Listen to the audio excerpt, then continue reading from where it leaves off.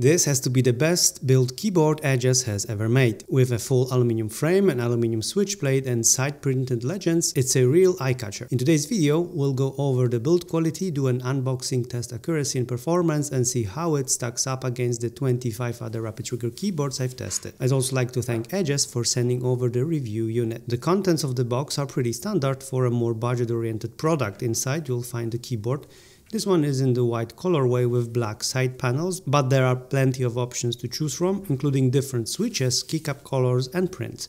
Apart from the keyboard, you also get a keycap and key switch puller combo tool and a color-matched USB-C cable. Everything is packed in a very premium-looking box, which is a nice touch. The legends on this version are printed on the side of the keys, giving it a very clean look, especially when viewed from the top. They allow a generous amount of light to shine through, making the keyboard easy to use even in dim light or complete darkness.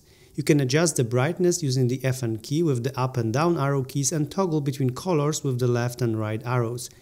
If you want to quickly disable the RGB lighting, simply press FN and X. For more customization, you can use the web app, which we'll cover in just a moment. The layout is a standard 68% format, meaning you won't have a function row, but those functions can still be accessed using the FN key. There's no knob, but you do get home row keys. On the side, there's a detachable panel, which surprisingly is also made of aluminium. Removing it reveals the internal layers of the keyboard, and there's a surprisingly generous amount of dampening inside. Looking from the bottom, there's a silicone pad, bottom foam, PCB, sandwich foam and an aluminium positioning plate. Here's what the keyboard sounds like.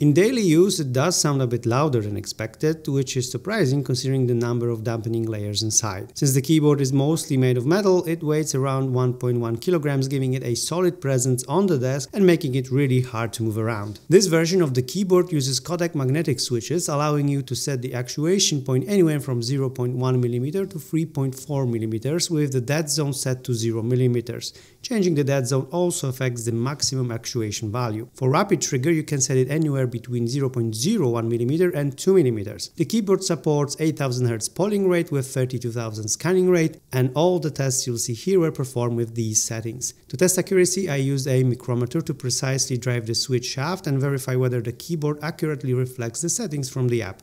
I also checked for any glitches at lower settings. The keyboard proved to be very accurate, with no noticeable glitches or weird behavior even at the point of activation. Setting the actuation point to 1mm and rapid trigger to 0.1mm resulted in a very stable experience. This accuracy was reflected in gameplay as well. There were no random activations, no instances where my character suddenly stopped moving, even during intense battles, and the keyboard responded very well. For performance testing, I used my usual setup, a Sony RX100 camera running at 1000 frames per second, aimed at a MSI 240Hz OLED monitor displaying Overwatch 2. The control key was bound to the unscope animation, and I measured the time from key release to the on-screen effect. In terms of performance, the results were solid. The average delay I measured was 26.5 milliseconds, placing it between the Razer Huntsman V3 Pro and the Polar 65. Overall, it puts it at 19th place among all the rapid trigger keyboards I've tested so far. It's not the best, but it's also far from bad. Objectively, it holds its own against keyboards that cost 2 to 3 times more, while also offering build quality that punches well above its price point. The keyboard also supports SnapTap, which you can enable in the dedicated web app. It's hidden under the Advanced Settings tab alongside other key-specific features like Dynamic Keystroke, Toggle and Mod tab. Now let's verify whether the keyboard truly supports an 8000 Hz polling rate using KBD Inspector. And fortunately it does. The tests clearly show that the keyboard runs at 8000 Hz. Interestingly, I couldn't find an option to change the polling rate in the web app. If you know how to adjust it, let me know in the comments below. The web app is the very well-known QMK app. If it's the first time you're running it, you will need to install a plugin called IoT Driver, which will allow your browser to connect and make changes to the settings. Overall, the app offers good user experience, and while it's not as polished as Wooting or Newfies apps, it still lets you get the job done. In the app, you can do a standard set of activities: set shortcuts, record macros, reassign keys, change RGB settings, and play with activation and rapid trigger settings.